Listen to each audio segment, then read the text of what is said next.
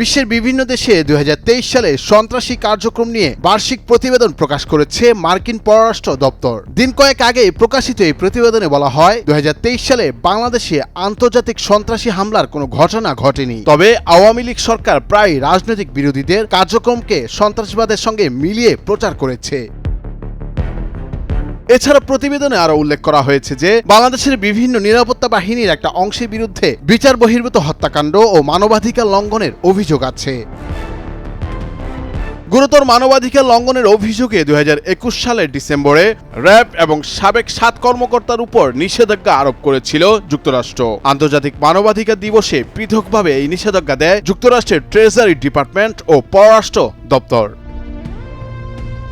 নিষেধাজ্ঞার আওতায় আসা কর্মকর্তাদের মধ্যে র্যাবের সাবেক মহাপরিচালক বেনজির আহমেদ রয়েছেন। বেনজির আহমেদের উপর যুক্তরাষ্ট্র প্রবেশে নিষেধাজ্ঞা দিয়েছিল দেশটির পররাষ্ট্র দপ্তর। পাশাপাশি যুক্তরাষ্ট্রের ট্রেজারি ডিপার্টমেন্টের নিষেধাজ্ঞার আওতায়ও পড়েছেন তিনি। 2018 সালের মে মাসে কক্সবাজারের টেকনাফে পৌর কাউন্সিলর একরামুল হককে বিচার বহির্ভূত হত্যাকাণ্ডের মধ্য দিয়ে গুরুতর মানবাধিকার লঙ্ঘনের সম্পৃক্ততার জন্য এই দুজনের বিরুদ্ধে এই ব্যবস্থা নেয়ার কথা জানানো হয়েছিল। বাংলাদেশ সরকারের পক্ষ থেকে বিভিন্ন সময় নিষেধাজ্ঞা প্রত্যাহারের অনুরোধ জানানো হলেও যুক্তরাষ্ট্রের সাড়া মেলেনি। যুক্তরাষ্ট্র বরাবরই বলে আসছিল নিষেধাজ্ঞা ওঠানোর প্রক্রিয়া বেশ জটিল। যুক্তরাষ্ট্রের বার্ষিক প্রতিবেদনে আরো বলা হয় আইন শৃঙ্খলা রক্ষাকারী বাহিনী অবশ্য জঙ্গিদের বিশেষ করে আনসারুল্লাহ বাংলা টিম এবং নব্য জেএমবির বিরুদ্ধে কঠোর অবস্থানে ছিল। প্রতিবেদনে আরো বলা হয় 2023 সালে পার্বত্য চট্টগ্রাম অঞ্চলের সশস্ত্র গোষ্ঠী কুকিচি ন্যাশনাল ফ্রন্টের হামলায় 3 সেনা নিহত হন।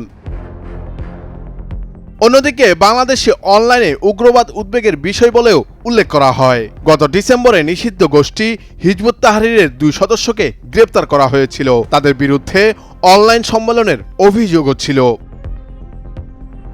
2023 সালে বাংলাদেশ সরকার বিতর্কিত 2018 সালের ডিজিটাল নিরাপত্তা আইন সংশোধন করে সাইবার নিরাপত্তা আইন করে, যার মাধ্যমে অনলাইনে সন্ত্রাসী কর্মকাণ্ড ঠেকাতে পুলিশ কিছুটা এগিয়ে থাকে বলে মার্কিন পররাষ্ট্র দপ্তরের প্রতিবেদনে জানানো হয়। নুরুল আফসার, দয়া দিগন্ত।